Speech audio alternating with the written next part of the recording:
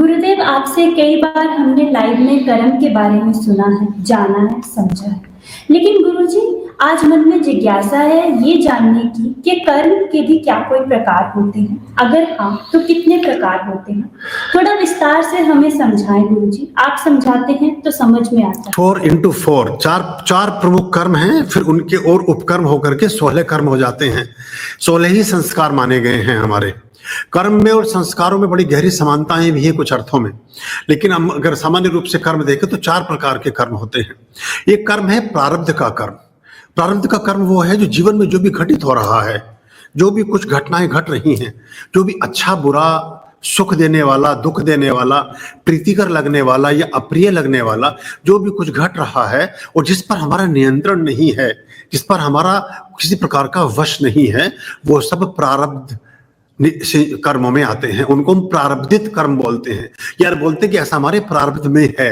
हमारा प्रारब्ध कब कटेगा या हमारा प्रारब्ध कैसा है कि हम ऐसा भोग रहे हैं। यानी कि आप पूरा मैकेनिज्म लगाते हैं, पूरा मैनेजमेंट लगाते हैं, पूरी विद्या, पूरा चातुर्य, पूरा बल, पूरी टेक्निक, पूरे रिलेशंस, पूरे रेफरेंसेस, सब कुछ प्रयोग करके देख लेते हैं। जो हमारे सभी तरह के साम दाम दंड भेद हैं, फिर भी आपके अनुसार घटना नहीं घटती, तो ये जो घट रहा है ये प्रारब्ध है। दूसरे प्रकार का कर्म है सिंचित कर्म, जिसको बोलते हैं। तो जो सिंचित या संचित, 2 प्रकार से इसको बोला जाता है। तो जो सिंचित कर्म है, उन कर्मों में हमारी पिछले कर्मों का एक संग्रह चलता है। हमारी पिछले आत्मा, सभी धर्म जो आत्मा के प्रतिष्ठा में विश्वास रखते हैं, वो सभी इस बात को मानते हैं कि आत्मा अजर अमर है, आत्मा की कभी मृत्यु नहीं होती। गीता का पूरा आधार खड़ा है, आप जानते हैं, श्लोक को भी जानते हैं, है ना, कि नैनम छिदन्ति शस्त्राणि नैनम दहति पावका। तो भगवान बड़े विस्तार से आत्मा के प्रारूप और आत्मा की प्रतिष्ठा के बारे में बात बताते हैं। तो वो सारे कर्म जो पिछली कर्मों के साथ जुड़े हैं, पिछले जन्मों के साथ जुड़े हैं, आत्मा तो वही रही। आत्मा ऐसे मान के चले कि आपका एक सिम है, मोबाइल का सिम है, और जो हैंडसेट है, जो मोबाइल का एक मशीन है, वो आपका बॉडी है। ये नए नए मॉडल आने से चेंज होती जाएगी, लेकिन सिम वही काम करता है। और आपने उस सिम को अगर 15 साल पहले यूज किया है, फिर निकाल कर रख दिया, तो फिर आकर के दोबारा जब उसको करेंगे, जो उसके इनबॉक्स में, उसकी मेमोरी में जो भी कॉन्टेक्ट नंबर होंगे, जो भी SMS, जो भी मैसेजेस, वो सब आपको सेव दिखाई देंगे। जब से नए हैंडसेट में डालेंगे तो फिर से दिखाई देगा। हो सकता है सर्विस प्रोवाइडर की सर्विस ना मिल रही हो, लेकिन जितना उसमें सेव किया था वो दिखेगा, जो सिंचित किया था वो दिखेगा।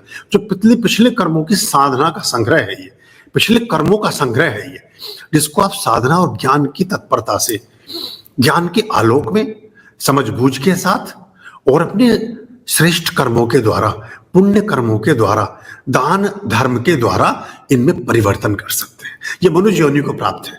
मनुष्य को इस बात की स्वतंत्रता है कि वो चाहे तो टेक्निक जो मैंने बताई, पुण्य है, दान है, धर्म है, ज्ञान है, सेवा है, सभी प्रकार का अच्छे विचार हैं, इन सबसे सिंचित कर्मों में परिवर्तन किया जा सकता है।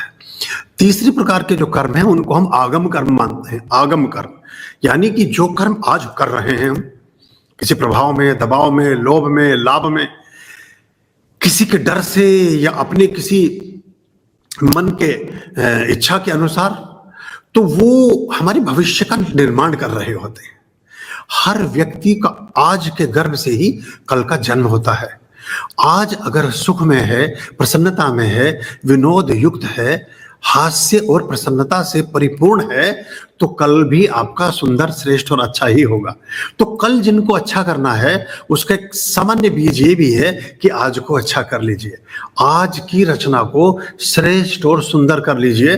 तो जो आगम कर्म हैं, वो वर्तमान कर्म में जब बदलेंगे तो वो अच्छे कर्मों के रूप में हो जाएंगे, श्रेष्ठ हो जाएंगे। और इन 2 प्रारब्ध और सिंचित कर्मों की प्रतिछाया को देखते हुए आगम कर्म करने के प्रति बोध भी जागृत होता है।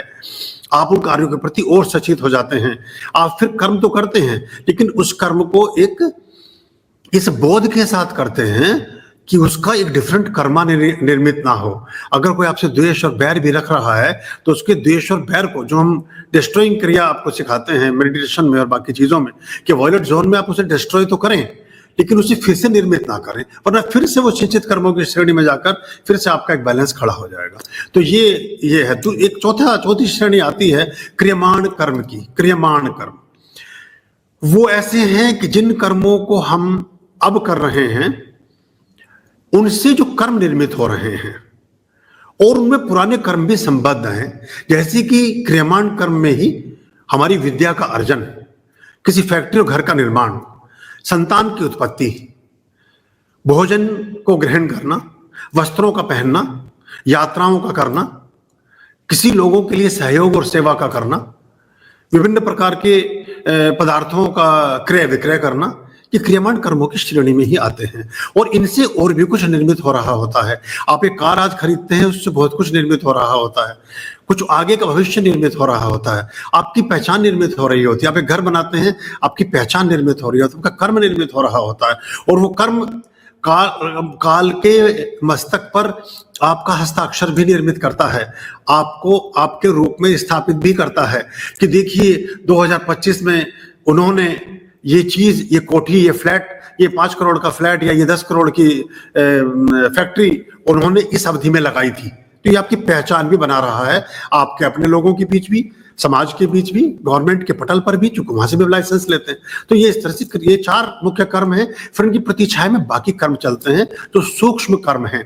जो सुधी है, जो होशपूर्वक है, वो अपने कर्मों का दृष्टा है, अपने कर्मों का साक्षी है, और वो प्रत्येक कर्म इस हिसाब से करता है कि उसको एक जवाबदेही भी है। हिंदुत्व की अवधारणा इसी मायनों में सभी धर्म और सभी पूजा पद्धति के जो तरीके हैं उनमें श्रेष्ठ आयाम में पहुंच जाती है, ऊंचाई पर पहुंच जाती है, क्योंकि इसका भान, इसका बोध, इसका ज्ञान जितने श्रेष्ठ ढंग से हिंदू धर्म में प्रतिष्ठित है, इतना बाकी पंथों में और बाकी धर्मों में नहीं है। तो अगर इसको हम समझेंगे, इसीलिए हम बहुत सारे मामलों में बहुत सचेत रहते हैं और बहुत ठीक ढंग से काम करते हैं। अभी जो आजकल चल रहा है, छोटी सी बात अगर हम करें, जो टैक्सेस को लेकर के अमेरिका का, भारत का, आप सब लोग उससे वाकिफ हैं, जो ट्रंप बहुत सी चीजें लगा रहे हैं, उसमें कई सारे देश भारत का साथ इसलिए देने के लिए आगे आ रहे हैं, खड़े हो गए हैं। चीन ने एक वक्तव्य जारी किया है। चीन ने एक वक्तव्य ये जारी किया है कि हमारा पड़ोसी है, हमारे साथ शत्रुता भी रही है भारत की, लेकिन भारत की एक हिस्ट्री है। भारत की हिस्ट्री यह है कि उसने कभी भी, जब वो शक्तिशाली था तब भी, जब वो परेशानी में था तब भी, जब उसके राजे रजवाड़े टॉप पर थे और पूरी दुनिया में उसका एक छत्र राज्य था, चक्रवर्ती सम्राट अशोक था, कि चक्रवर्ती सम्राट पृथ्वीराज चौहान थे, कि चक्रवर्ती सम्राट जो हैं चाणक्य के साथ जो थे, उनके जो शिष्य थे वो थे चंद्रगुप्त मौर्य थे, या बहुत सारे जो बहुत कालखंड रहा, महाभारत रामायण सब चक्रवर्ती सम्राटों के काल देशनाएं हैं, कालखंड हैं। कभी भी किसी देश को सताया नहीं है, कभी भी किसी देश को लूटा नहीं है, बल्कि अगर जीत भी लिया है तो वहीं के वास्तविक वंशज का राज तिलक करके। तुम उपकार सुग्रीव ही की ना, राम मिलाए राजपद दीना। तो राजा राम श्रीलंका के मालिक तो हो ही गए थे, क्योंकि उस समय तो यही विधान था कि जो जिसको जीत लेता है वो राज्य मिला लेता है अपनी सीमाओं में। लेकिन नहीं, विभीषण का ही तिलक करके चल दिए कि भाई हम तो अयोध्या के मालिक हैं, अयोध्या में ही बसेंगे, वहीं रहेंगे, तुम इस देश के मालिक, तुम्हारे भाई का राज्य था, तुम ही मालिक बनो। तो ये इस वजह से उसने कहा कि भारत ने अगर किसी का साथ कभी दिया, भारत अगर किसी का मित्र कभी रहा तो हमेशा ही रहा। उसके पीछे हमारी यही वैल्यूज हैं जो हमारे हिंदुइज्म से, हमारे हिंदुत्व की परिधि से आती हैं, हिंदुत्व की छाया से पनपती है।